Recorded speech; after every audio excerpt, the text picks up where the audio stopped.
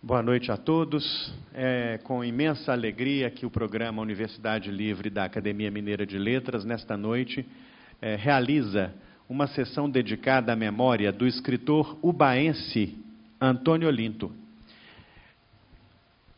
Antônio Olinto cumpriu uma bela trajetória de intelectual público, militou no campo das letras, da cultura, das artes, do jornalismo, da docência, né?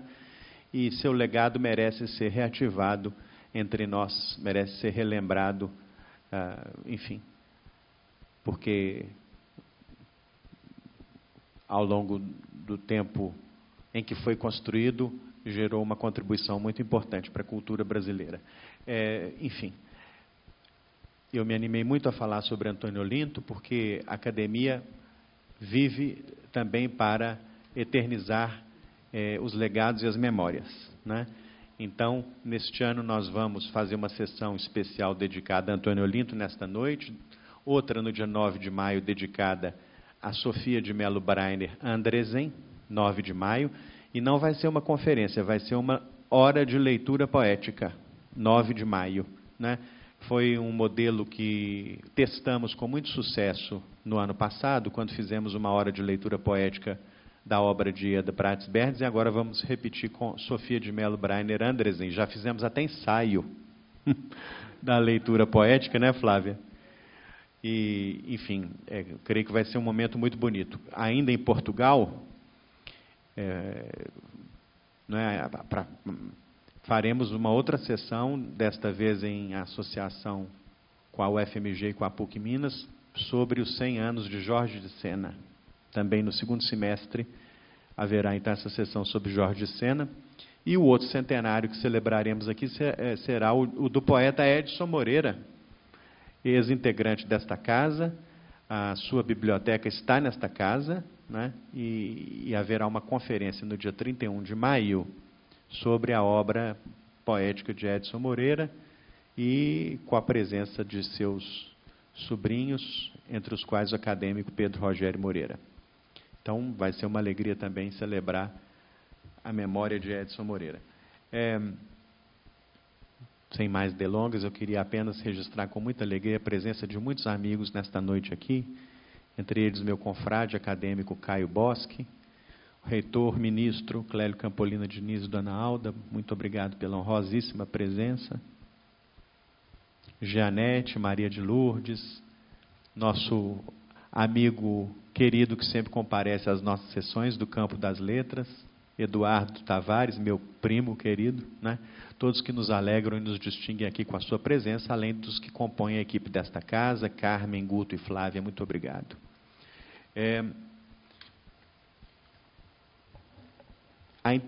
O foco da minha atenção recairá sobre uma trilogia escrita por Antônio Olinto, chamada Alma da África, composta por Casa da Água, O Rei de Queto e Trono de Vidro. Mas é necessário antes falar alguma coisa sobre o seu autor. E será uma palestra em que eu exerci muito o poder de síntese, talvez pelo vício do jornalismo. Mas assim cumpriremos a nossa missão de preservar a memória de Antônio Olinto. Perece o corpo físico do escritor, não a matéria da sua imaginação. Esta supera o tempo e alcança novas gerações, desafiando o espírito transitório que governa quase tudo quanto há. É função e missão desta Academia de Letras afrontar o mandamento de que a natureza das coisas é efêmera. Cabe a esta casa alimentar a memória e conservar fresco o legado dos literatos brasileiros, em especial os nascidos em Minas Gerais. Para abrir, cito frase célebre do homenageado desta noite. Só a palavra não morre, vai além de tudo e cria mundos capazes de sustentar o nada que nos habita. É por isso, e por muito mais, que a Casa de Alfonsos dedica a presente sessão a Antônio Olinto Marques da Rocha, adiante denominado como sempre preferiu, simplesmente Antônio Olinto. Nascido no município de Ubá, em 10 de maio de 19, era filho de José Marques da Rocha e de Áurea Lourdes Rocha. Foi conterrâneo, pois, de Ari Barroso e dos nossos amigos descendentes do senador Levindo Coelho, entre os quais o governador Ozanam Coelho, que morreu nos braços de Antônio Olinto, de infarto fulminante. É um episódio de triste memória, mas é algo que corresponde à realidade, que é uma história que me foi contada pelo seu filho, Saulo Coelho. Antônio Olinto passou grande parte da sua infância no município de Piau, terra de sua mãe, na zona da Mata Mineira, próxima a Juiz de Fora. Piau aparece com grande frequência na obra romanesca de Olinto e também na sua obra poética. Depois de fazer os estudos primários em sua cidade natal, Antônio Olinto ingressou no Seminário Católico de Campos, no Norte Fluminense, onde concluiu o curso secundário. Perguntado, nos primeiros dias de sua vida no seminário, se queria ser padre, o jovem Antônio Olinto respondeu: não, eu quero estudar. Prosseguiu seus estudos no curso de Filosofia do Seminário Maior de Belo Horizonte e no Seminário Maior de São Paulo. Depois que largou o seminário, desistindo, pois, da vida sacerdotal, tomou o caminho natural que muitos seminaristas tomam. Afirmou-se como professor.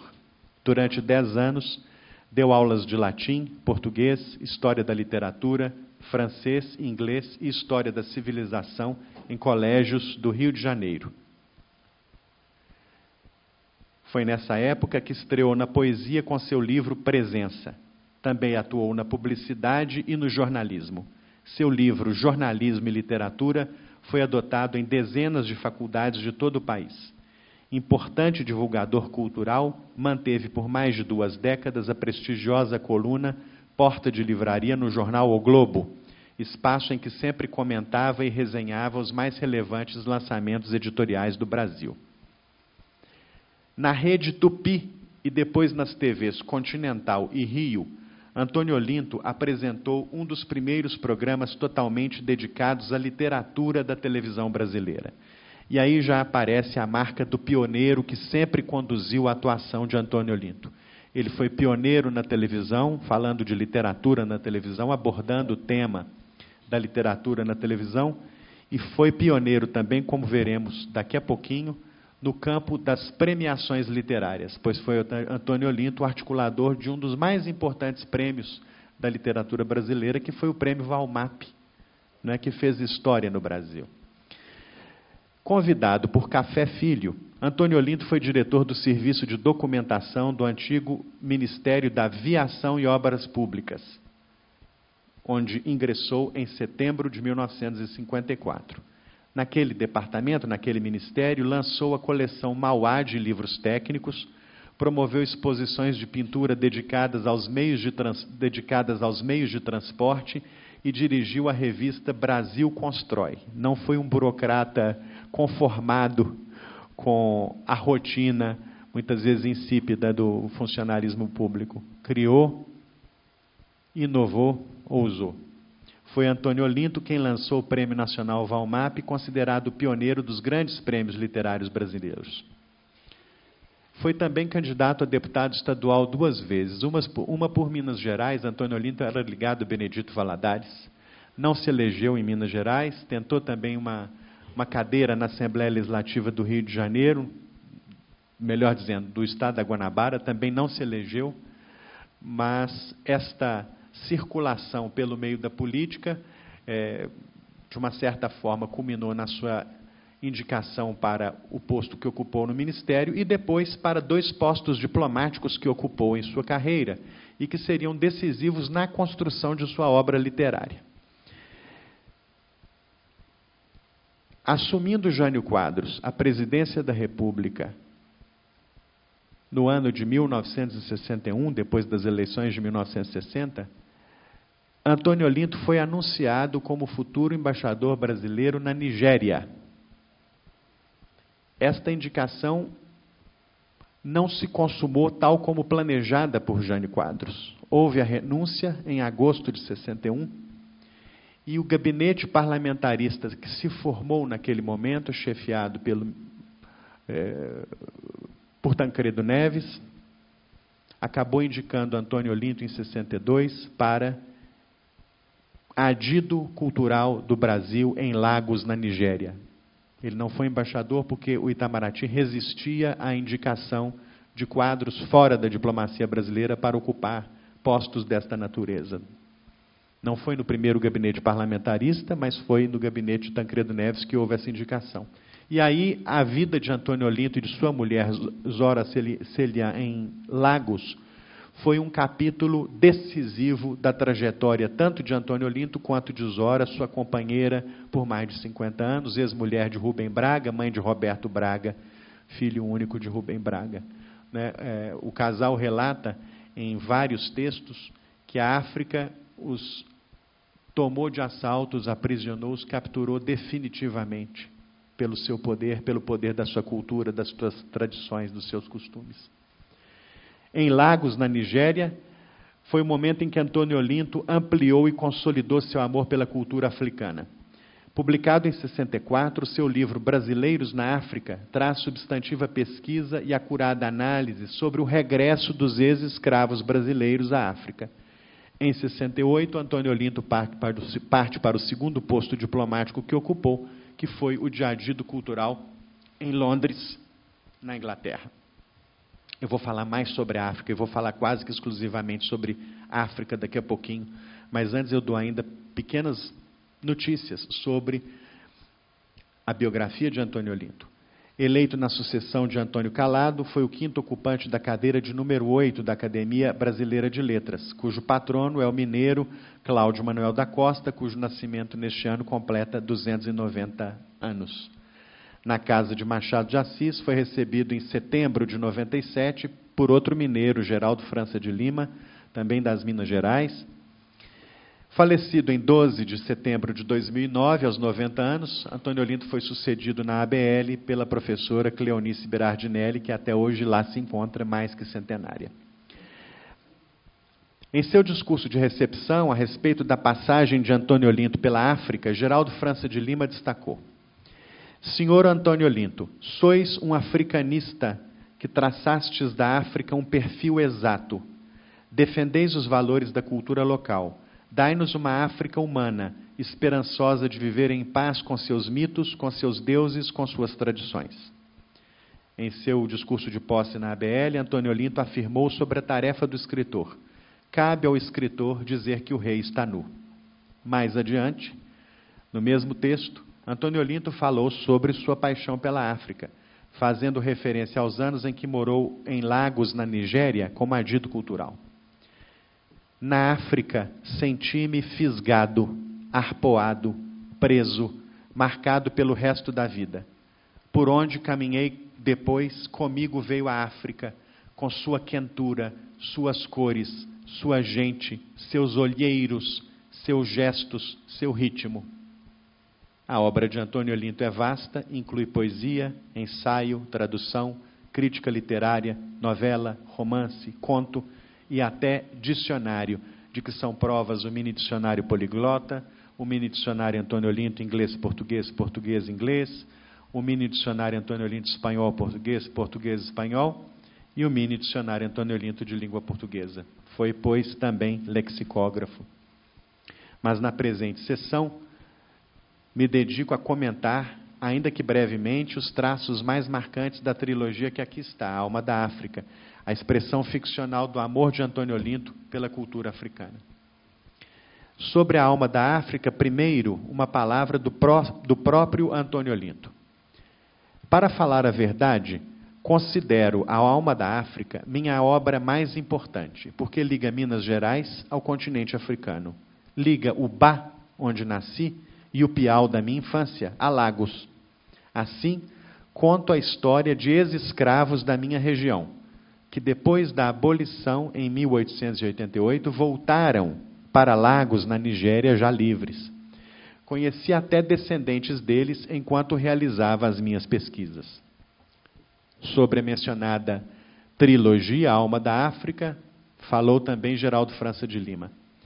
De vossa ternura pela África nasce a trilogia A Casa da Água, O Rei de Queto e Trono de Vidro, que formam a saga de uma das mais belas aventuras com o espírito de uma gesta moderna.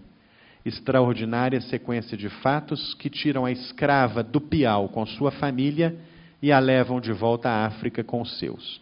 Sancionada a lei da abolição, se deslocam daquele lugarejo e tomam na Bahia um veleiro que durante 6 meses ara os mares que levam à Nigéria. Travessia de tanta tormenta e tanto dano com a morte apercebida. Tudo suportaram com estoicismo, porque a viagem da esperança compensa todos os males. Mariana, que foi escrava, imediatamente se integra nas suas origens e a ideia de construir um poço para vender água torna-a tão rica e poderosa que passa a influir na vida da nação. Fecho aspas para Geraldo França de Lima. Registram 2 autores, Albarello e Almeida Silva, ainda sobre a alma da África. E aí é o primeiro ponto importante da reflexão que quero propor a todos sobre essa trilogia. Nesta trilogia, Antônio Olinto foge à tradição do olhar eurocêntrico que reduz o negro a estereótipos, ou leva à adoção de posições assimilacionistas de branqueamento ou autonegação. Ao contrário, as personagens do romancista mineiro têm orgulho de sua cor, de sua terra e de seus costumes.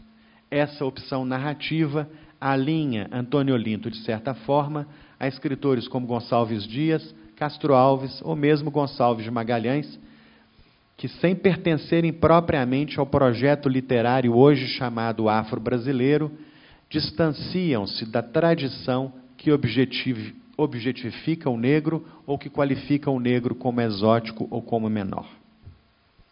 Já a professora Annelise de Freitas, no artigo A Criolização na Construção do Feminino em Antônio Olinto, inscreve a trilogia do autor mineiro como uma das expressões literárias da temática da diáspora africana e da influência desta diáspora sobre a determinação de identidades culturais híbridas de brasileiros que voltaram à África. Aqui é o segundo ponto que eu considero muito importante para a nossa reflexão sobre a alma da África.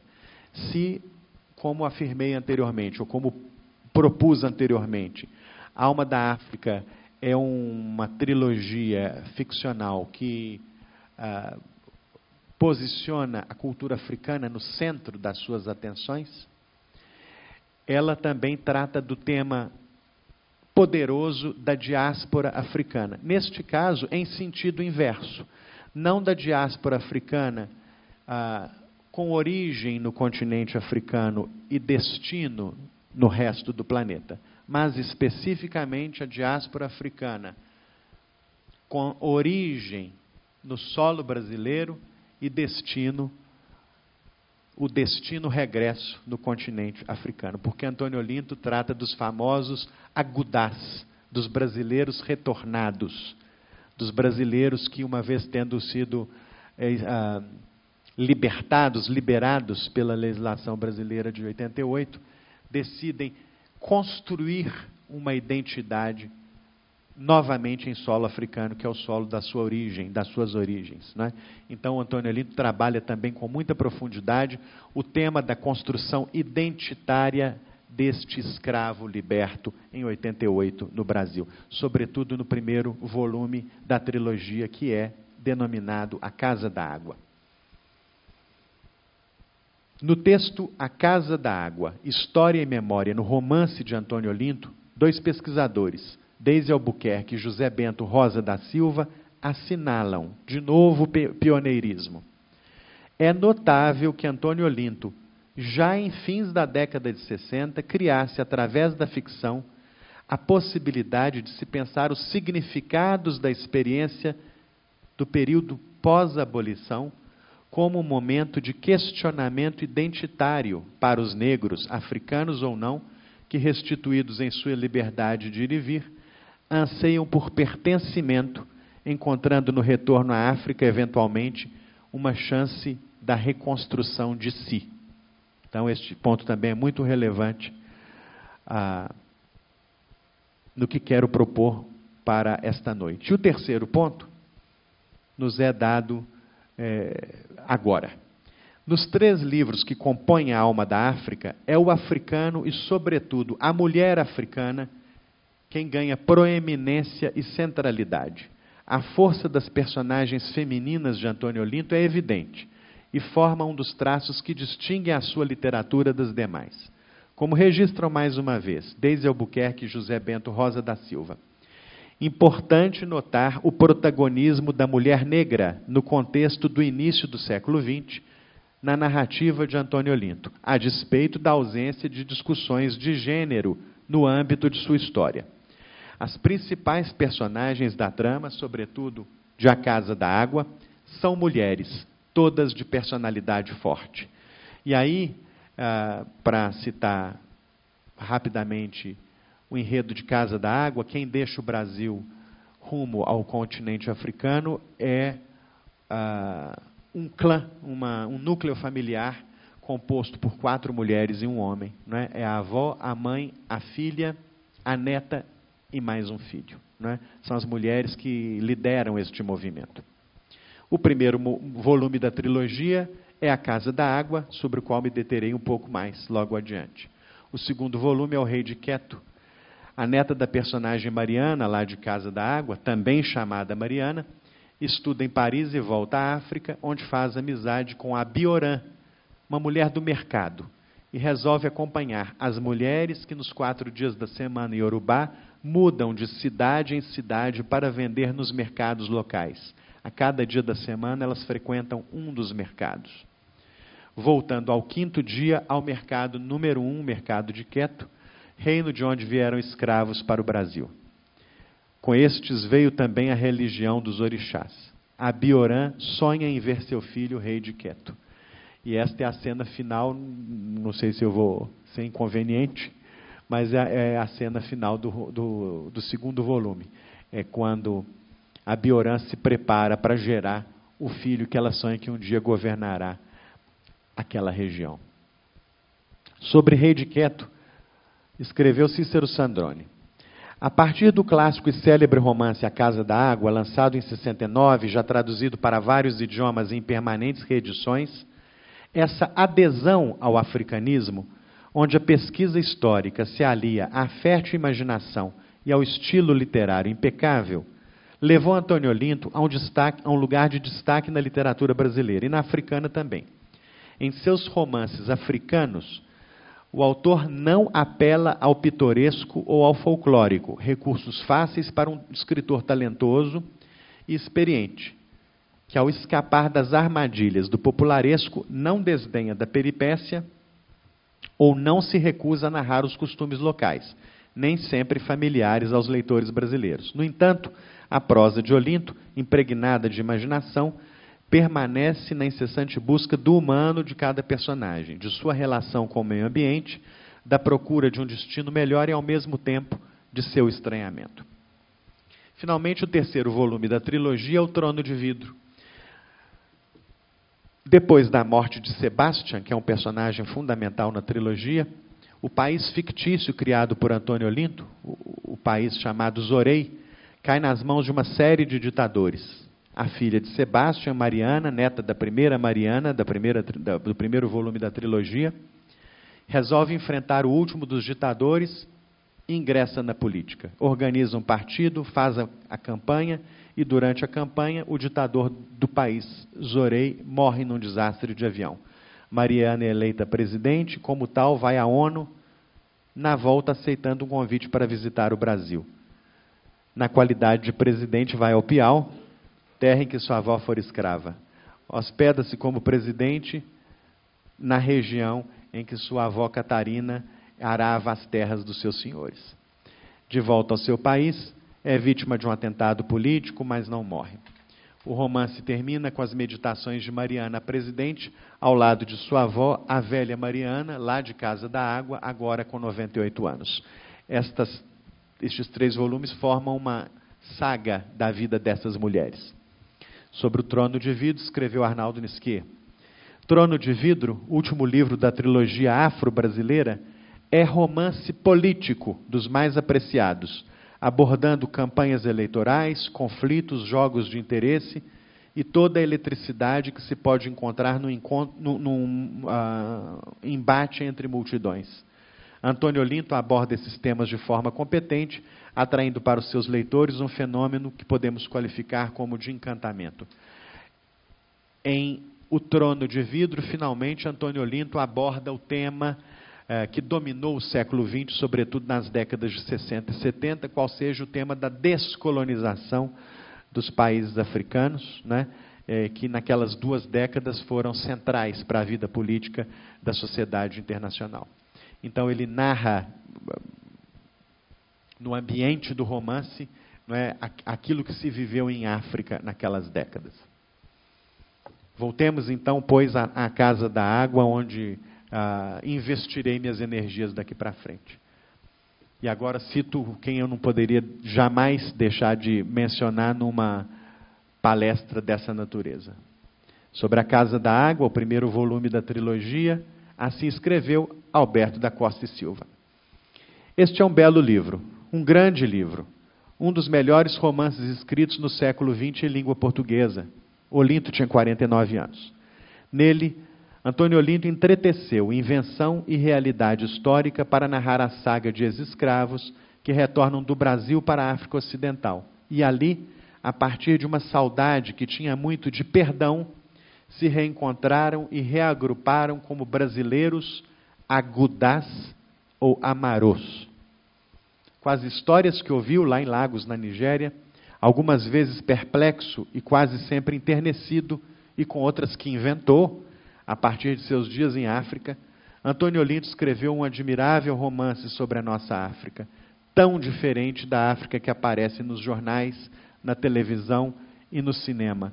Um romance cuja leitura em tantos momentos nos comove e nos umedece os olhos. É mais que um belo livro, é um grande livro, vivido com intensidade e paixão e assim escrito. Em A Casa da Água, como já disse, publicado em 69, conta-se, como já disse também, a história de uma viagem de uma linhagem de mulheres, entre as quais está Mariana. Esta viagem é longa, começa em Minas Gerais, na Zona da Mata, onde o autor passou a sua infância. Uma das primeiras cenas de A Casa da Água é a cena de uma enchente que atinge o Piau, episódio que, de fato, marcou a infância de Antônio Olinto. Uma enchente no Piau fez com que seus pais perdessem a casa em que ele vivia. Não é? Então, aí, é claro, há a vida e a ficção cruzando caminhos. Esta viagem prossegue pelo Rio de Janeiro, por Salvador, culmina em Lagos, na Nigéria, onde a família de Mariana, retornados brasileiros, fará sua vida. Catarina é a avó de Mariana, é a matriarca naquele momento. Depois Mariana será a matriarca. Naquele momento é Catarina. Nascida em Abeokuta, na Nigéria, foi vendida aos 18 anos pelo próprio tio para o comércio de escravos. É Catarina quem resolve voltar ao continente africano depois de mais de 50 anos de permanência no Brasil. Saindo do interior de Minas, como já disse, passa por várias cidades brasileiras até tomar um saveiro em direção à Nigéria. O livro conta o processo de readaptação do clã de Catarina à cultura africana. Mais que contar um processo de adaptação, o livro conta um processo de construção de uma nova identidade para aquelas mulheres. Mariana sobressairá como a personagem principal do livro, consagrando-se como uma mulher ativa e próspera. Tal prosperidade se anuncia a partir de quando fura um poço de água no quintal de sua casa, que por essa razão passa a se chamar a Casa da Água. Por meio do comércio de água potável e outros produtos, muitos dos quais Mariana importava do Brasil, ela se enriquece e se firma como importante empreendedora, sendo capaz de educar 3 filhos na Europa, entre França e a Inglaterra. Sebastian, um dos filhos de Mariana, por sua vez, se torna o primeiro presidente do recém-liberto Estado Nacional do Zorei, quando o livro de Antônio Olinto, então, conta um pouco do processo de descolonização de África. Para construir Mariana, para construir e compor a personagem Mariana, Antônio Olinto, ele mesmo, diz que se inspirou na história da brasileira Romana da Conceição. Abro aspas para Antônio Olinto. Romana da Conceição chegou do Brasil, em África, em 1900, aos 12 anos de idade, num veleiro chamado Aliança. O veleiro da história se chama Esperança. A avó de Romana da Conceição, que nascera na Nigéria, sempre tivera o sonho de voltar à terra natal. Conseguiu convencer a filha, já nascida no Brasil e filha de Romana, a ir com ela e levar os filhos, Manuel, Romana e Luísa. Cerca de 60 brasileiros pegaram o veleiro Aliança na Bahia. A viagem de Salvador demorou 6 meses. Houve semanas de calmaria em que Romana me conta que ficava olhando o mar. Começaram a faltar víveres. 12 pessoas morreram. A viagem parecia não terminar mais. Quando aportaram em Lagos, as autoridades inglesas colocaram todo mundo de quarentena e não deixaram que descessem com um objeto qualquer. Fecho aspas de Antônio Olinto, que recria esta cena em seu romance, dizendo que as mulheres foram obrigadas a se enrolar em lençóis fornecidos pelos ingleses para sair do navio. A Casa da Água coletou importante fortuna crítica mundo afora, e também no Brasil. Em seu texto, a presença de mulheres no comércio do Atlântico Negro, na escrita de Antônio Olinto e de Ana Maria Gonçalves, autora de Defeito de Cor, o professor Édimo de Almeida Pereira, de Juiz de Fora, relembra que os brasileiros que retornaram à África são chamados até hoje de agudás, referência em Yorubá, Fon ou Mina, aos parentes de Uidá, ou seja, aos benimenses portadores de sobrenome de origem lusitana, ou na Nigéria do século passado, a todos aqueles indivíduos que professavam a religião católica. É também Édimo de Almeida Pereira, agora em outro artigo, o romance A Casa da Água é a representação dos afro-brasileiros em África nos finais do século XIX, que escreve: nunca é demasiado afirmar que, mesmo se tratando do primeiro romance da lavra do escritor mineiro, é reconhecido pela crítica especializada como sendo a grande obra do autor. E ainda sobre a fortuna crítica, registro como ela foi construída fora do Brasil. Primeiro romance de uma série de 10, A Casa da Água é uma odisseia que dura 70 anos, de 1898 a 1969. A trama tem mais de 100 personagens, se desenrola em 2 continentes e foi considerada uma celebração da vida tão complexa e tão bela quanto o Grand Canyon, pelo jornal San Francisco Chronicle. A crítica norte-americana confessou-se comovida pela maneira como esse romance celebra a família, a cultura e o espírito. Olinto é um mestre nessa história e o efeito de seu estilo é hipnótico na visão do crítico do New York Times. Na França, o crítico francês Gabriel Perruzzi classificou o romance de grande obra sob todos os aspectos, escrevendo: eis uma epopeia que nos lembra a catalogação de heróis feita por Homero. Em Nice, Graham Greene escreveu: achei fascinante o romance A Casa da Água, principalmente porque já vivi naquela parte da África e não sabia dessa migração de ex-escravos brasileiros para terras africanas. A Casa da Água deu ao Olinto projeção internacional, conquistou traduções para o inglês, o francês, o espanhol, logo após a publicação da primeira edição, e obteve consagração imediata em vários países. Hoje está traduzido em mais de 20 idiomas. 2 pesquisadoras também escrevem sobre Casa da Água. No texto, Um Olhar sobre os Agudás, o Brasil na África e a África no Brasil, Adriana Maria Albarello e Denise Almeida Silva escrevem: com A Casa da Água, escrito no Rio de Janeiro, após a publicação de seu célebre texto Brasileiros na África, Olinto iniciou sua carreira como romancista. A obra consagrou internacionalmente, foi traduzida para vários países. Aqui é importante destacar o seguinte: a matéria-prima de A Casa da Água é a relação entre brasileiros e africanos, seu povo, costumes e particularidades. A partir de sua vivência na Nigéria, que lhe permitiu conhecer os brasileiros que voltavam ao continente africano em busca de suas origens, Antônio Olinto se apropriou do mundo dessa gente, incorporando esse mundo ao seu próprio, criando uma verdadeira odisseia que dura décadas. especialmente da leitura de Casa da Água, que é o primeiro dos três, vale a pena extrair alguns trechos específicos por meio dos quais é possível flagrar personagens em estreito trânsito pelas culturas do Brasil e da África. Ainda no Brasil, Catarina decide ir com a neta Mariana a uma festa de Xangô, com a finalidade de pedir proteção para conseguir embarcar de volta para a África. Então, esta festa ocorre em solo brasileiro, em São Salvador da Bahia, e, de uma certa forma, já começa a dar ao leitor claramente a ideia de como são próximos o universo afro-brasileiro e o universo africano. É a cena da festa de Xangô na Bahia. O frio aumentava.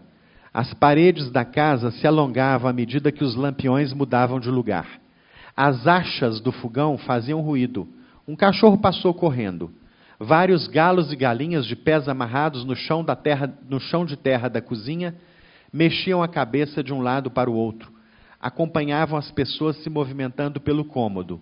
Um banco posto contra uma parede mostrava uma preta gorda, saias brancas esparramadas sobre os pés, mãos na cintura esperando. Já era de dia quando as mulheres começaram a cantar e a dançar no diminuto espaço em frente aos panos vermelhos. 3 homens tocavam tambores na sala ao lado. Ao mesmo tempo em que dançavam, as mulheres e outros homens que haviam entrado no quarto naquele instante levantaram os panos vermelhos e tiraram debaixo deles pratos enormes. Tiravam-nos dançando e cantando e colocavam-nos no chão. O homem pegou num punhado de folhas e ramos, meteu-os à força para dentro da boca do bicho e começou a amordaçá-lo com a corda, passando-a através dos chifres. O animal, olhos abertos, agitava a cabeça de um lado para o outro, de baixo para cima, sem conseguir livrar-se. A mulher gorda agarrou-o pelas... a que estava esperando, agarrou-o pelas orelhas, encostou a testa na testa do carneiro, puxou-o para o peito, primeiro um lado, em seguida o outro, e uma por uma, todas as mulheres foram fazendo o mesmo e os homens também. Esta é a cena da festa de Xangô. Já em Lagos, na Nigéria, morre finalmente, em algum ponto do romance, a avó de Mariana, Catarina, escrava retornada livre. As cenas que descrevem o falecimento de Catarina e os rituais que se seguiram a este falecimento são oportunidades para conhecer, pelos olhos de Antônio Olinto, um pouco mais dos costumes africanos, pelo menos dos costumes daquela região. A avó piorara. Velas e lamparinas enchiam o quarto da mulher. A moça passou a noite toda num canto da esteira. Ainá, que fora então conhecida como Catarina, morreu às 10 da manhã. O sol batia forte na frente da casa de Dona Zezé, que saiu de vestido comprido, passos miúdos, procurando Epifânia. Vamos dar um banho no corpo e preparar a serenata.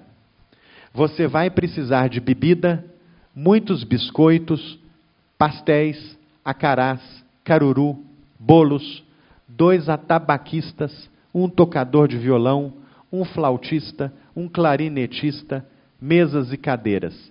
E tem de matar uma cabra. O que você não tiver, eu empresto. Aí se organiza o ritual da serenata, que é o ritual do velório do corpo de Catarina, que depois de algum tempo na Nigéria resolve se rebatizar com o nome africano, passando a se chamar Ainá.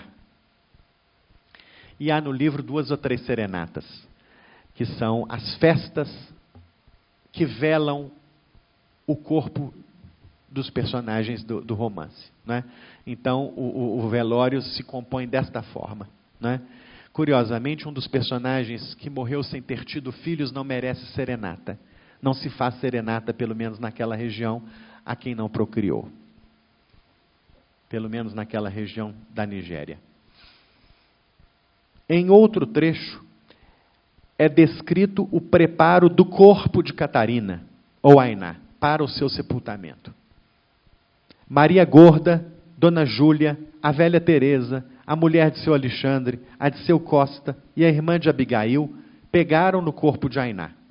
Dona Zezé dava instruções. Levaram-no para o quintal. Colocaram-no em cima de 3 caixotes. Contavam histórias de outras mortes. O corpo de Ainá estava sumido. As mulheres trouxeram tinas e mais tinas de água. Julgaram sobre o corpo. Esfregaram-no com força. Passaram sabão nos cabelos, nas orelhas. Mariana assistia à lavagem do corpo da avó com uma espécie de medo. A velha Teresa gritou para ela: venha ajudar a lavar o corpo de sua avó. Esfregue bem, porque ela pode entrar na sua barriga e nascer de você, ser sua filha, voltar ao mundo por seu intermédio. E se isso acontecer, será melhor que ela nasça limpinha.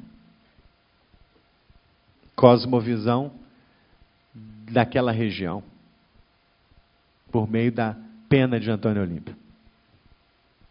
Cena de noivado. Outro momento da vida africana relatado em pormenores. No dia da festa do noivado de Mariana, desde cedo, Maria Gorda, a nora de seu Alexandre, Abigail, a velha Teresa, a mulher de seu Sulimã, Luísa Borges, que viera de Ibadã, e mais 2 brasileiras chegadas a Lagos depois do Esperança, reuniram-se no quintal da casa de Mariana. Começaram a fazer os doces. Epifânia comprara bandejas.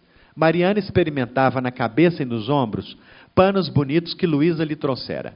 Por volta do anoitecer, foi entrando gente. A sala não dava. Cadeiras postas no quintal e na rua recebiam convidados. A moça permanecera até tarde no quarto que fora da avó.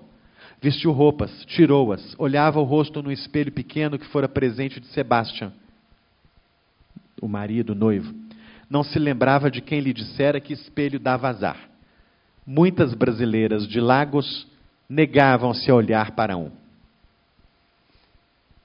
Extraio agora do 2º volume da trilogia Alma da África, do livro intitulado O Rei de Queto, breve excerto por meio do qual Antônio Olinto mostra ao leitor um pouco da cultura africana, sobretudo do culto aos orixás. E aqui é a Bionã que presta reverência a Exu, ela quer melhor sorte na vida financeira. Era preciso prestar homenagem a Exu. A Bionã abandonou seus inhames na barraca, pegou uma lata de óleo e foi para onde estava um montículo de terra como um membro masculino. Sentou-se em frente a ele, derramou no chão um pouco de óleo. Fatogum lhe dissera que uma pequena moeda, um pouco de óleo ou mesmo de água bastariam para agradar Exu. Depois de olhar o óleo brilhando sob a luz do dia, depôs também 2 moedas. Ficou ali sentada durante alguns minutos olhando para o membro. Ao se levantar, viu que tinha chegado mais gente. Quando era para fazer um sacrifício ou oferenda, ao invés de uma coisa, a Bionã dava 2. Uma em nome dela e a outra em nome do filho que iria nascer. Eu caminho agora para a conclusão desta nossa breve conversa. Já cheguei aqui nos meus mais de 40 minutos. Destacando algumas opiniões muito rápidas e sucintas sobre o legado de Antônio Olinto.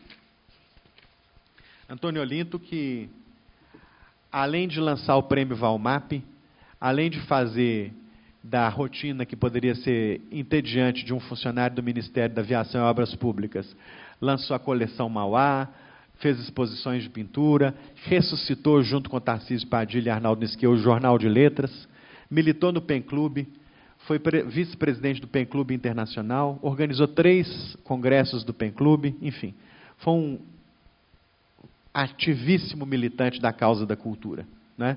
Morreu como diretor de bibliotecas comunitárias do município do Rio de Janeiro. Ele tinha quase 90 anos, né?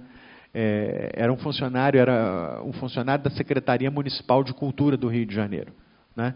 Abrindo bibliotecas nas periferias do município em que residia.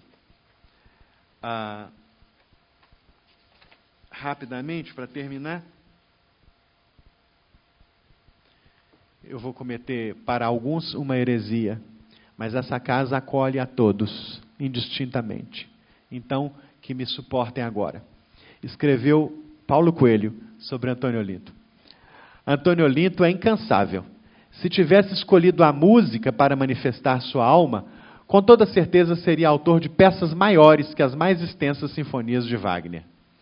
Se Antônio Olinto resolve fazer uma pesquisa, não há manuscrito ou tese que não seja revirada, canto escuro que não termine por ver a luz do dia. Se fosse um personagem de ficção, estaria sentando no bar do Ritz ao lado de Hemingway em Paris é uma Festa. Antônio Olinto é um homem de extremos, e para William Blake, a estrada dos excessos leva ao Palácio da Sabedoria. Justamente porque é um homem que vai além dos limites, Antônio Olinto é um alquimista capaz de tornar em realidade sonhos. Tudo bem que ele foi fiel a si mesmo e chamou Antônio Olinto de alquimista. Como um verdadeiro guerreiro da luz, mergulha no turbilhão da vida e dela extrai a sua essência.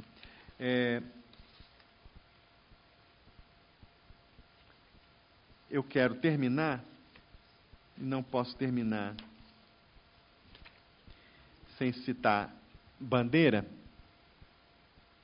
Eu quero terminar fazendo uma brevíssima referência ao Antônio Olinto poeta. O foco da minha palestra foi o Antônio Olinto africanista, mas ele foi um poeta importante, refinado. Escreveu Manuel Bandeira.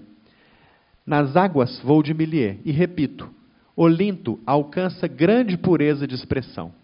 Calmo é o seu ritmo, e o verso brota de fonte límpida, poesia límpida, e acrescento, isenta em tudo de toda vulgaridade, só dele, de Antônio Olinto, lede-a, vereis que não minto. Escreveu Winsor Martins sobre a ficção. Antônio Olinto introduziu em nossa ficção a temática africana, quero dizer, não o romance dos escravos que vieram para o Brasil, mas o dos seus descendentes, que, regressando aos territórios ancestrais, lá implantaram um prolongamento da civilização brasileira. E também escreve Wilson Martins. Na realidade, Antônio Olinto dispensa qualquer apresentação. Todos o conhecem. Difícil é saber por que meios o conhecem. Se romancista, ou poeta, ou crítico literário, ou adido cultural, ou editor, ou jornalista. No fundo, prevalece o seu amor pela palavra, que é o objeto, a razão de ser desta casa. Quero destacar a importância do legado de Olinto para a história da literatura brasileira. Sua obra, sobretudo a que focaliza a África, ajuda a escrever um belo capítulo da nossa vida literária. Resgata com dignidade e justiça a cultura, a história e as tradições do povo africano, uma das matrizes da nossa formação sociológica. Focalizam valores e a ética presente em tal história e em tais tradições. Por tudo isso, acredito que é perene o seu legado. E é por conta desse legado precioso e valioso que resolvi partilhar com os amigos nesta noite um pouquinho da saudade que tenho desta presença tão ativa, tão empreendedora da vida cultural brasileira, hoje tão necessitada de perfis excessivos e hiperativos como o de Antônio Olinto. Muito obrigado.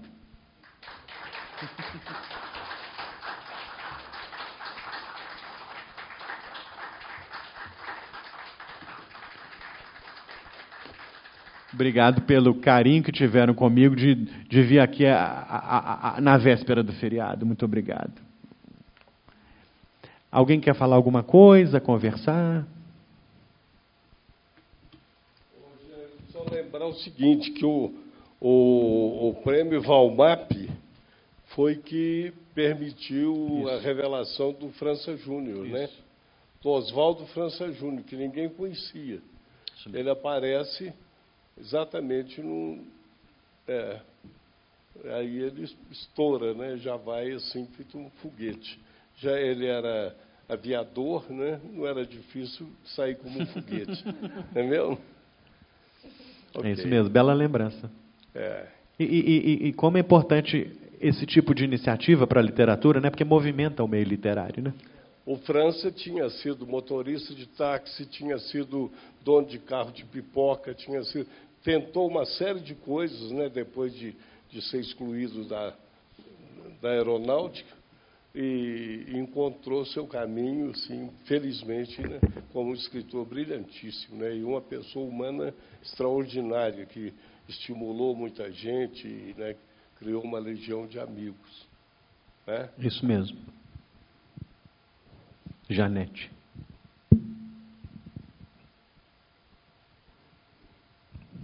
Parabéns, Rogério, pela ótima palestra, ótima aula, né?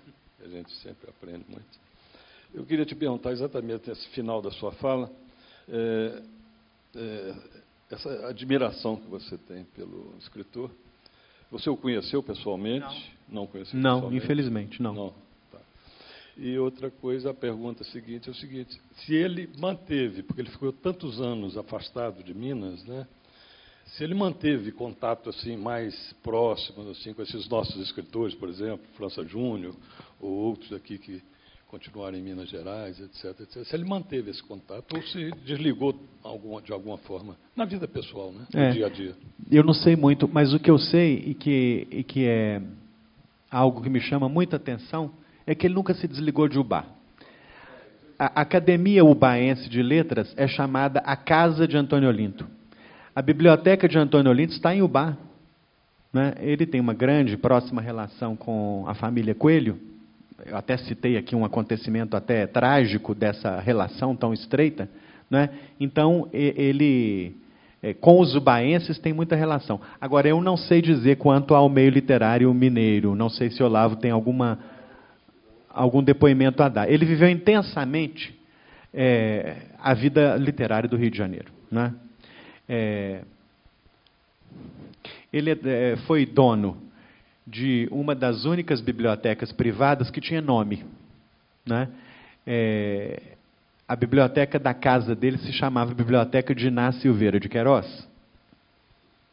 porque depois que ficou viúva, a autora de A Muralha caiu em depressão e Olinto queria reanimá-la. E resolveu batizar a própria biblioteca com o nome de Inácio Silveira de Queiroz, para fazer dali um lugar de encontro por meio do qual ela pudesse se ressocializar. E ele foi muito gregário, pelo menos no meio literário do Rio de Janeiro. Enfim, era um homem de vida associativa, foi da ABL, né? Foi do Jornal de Letras, ressuscitou com Padilha e Nisquia o Jornal de Letras, mas eu não sei de nenhuma especial relação dele com Minas. Tem alguns dados da vida pessoal de Antônio Olinto que são muito curiosos, como são públicos, enfim, eles não cumprirão aqui nesse momento nenhuma outra função, senão de nos ajudar a entender a sua trajetória biográfica. Antes de se casar com Zora, ele se casou com uma aluna e se separou dela um tempo depois. Segundo seu biógrafo, ele foi biografado por um biógrafo, por um escritor cearense, porque ele era de formação católica muito sólida. E esta moça com quem ele se casara era evangélica. Então, depois de um determinado tempo de convivência, não foi mais possível continuar casado com esta moça. E aí, eu estou dizendo tudo isso para informar o quanto que ele circulava pelos ambientes literários do Rio de Janeiro. Aí, ele vai conhecer Zora num sarau, na casa dela mesmo. Ela era uma mulher que tinha esse hábito de promover encontros literários. Né? Ela já tinha se separado de Rubem Braga, né? E Olinto vai à casa dela num evento literário, num sarau. Eles se conhecem e é um amor muito duradouro, né? Eles ficam juntos por décadas. Ela é uma mulher que tem uma vida que daria um filme ou mais de um, né? Foi prisioneira do Estado Novo Varguista, né? Ela foi presa tendo no seu colo o seu filho Roberto Braga, filho de Rubem Braga, né? Enfim. E depois se separa de Rubem Braga e se une a Antônio Olinto. E Antônio Olinto e Zora vão consultar Dom Helder Câmara, naquela época Padre Helder, sobre o que fazer com o imenso desejo que tinham de um se casar com o outro, né? Como ambos vinham de ligações anteriores, Padre Helder aconselhou o seguinte: olha, mas curiosamente eles não tinham obstáculos para um casamento religioso, né, por questões jurídicas. Zora nunca tinha oficializado a relação com Rubem, enfim. O Padre Helder respondeu o seguinte: olha, não, podem casar assim, eu dou um jeito, mas não façam um casamento assim tão público não, vão casar em Niterói. E eles se casaram em Niterói. É uma curiosidade, eu falei muito só para contar essas anedotas da vida de Antônio Olinto, e que faz parte do anedotário, que Rubem Braga, quando soube que sua ex-mulher Zora tinha se casado com Antônio Olinto, dizem que foi o autor da famosa frase, um pouco ácida: com certeza melhorou de marido, de estilo não sei.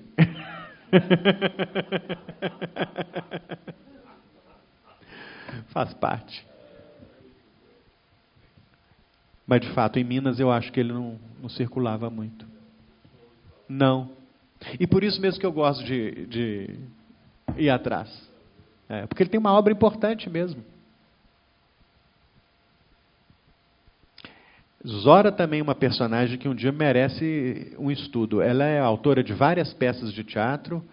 Foi uma mulher que, em Lagos, na Nigéria, subverteu todos os protocolos do Itamaraty e fez da posição que ela e o marido ocupavam uma posição de grande militância no campo da cultura, promoveu vários eventos, enfim, se integrou com o povo da Nigéria, né?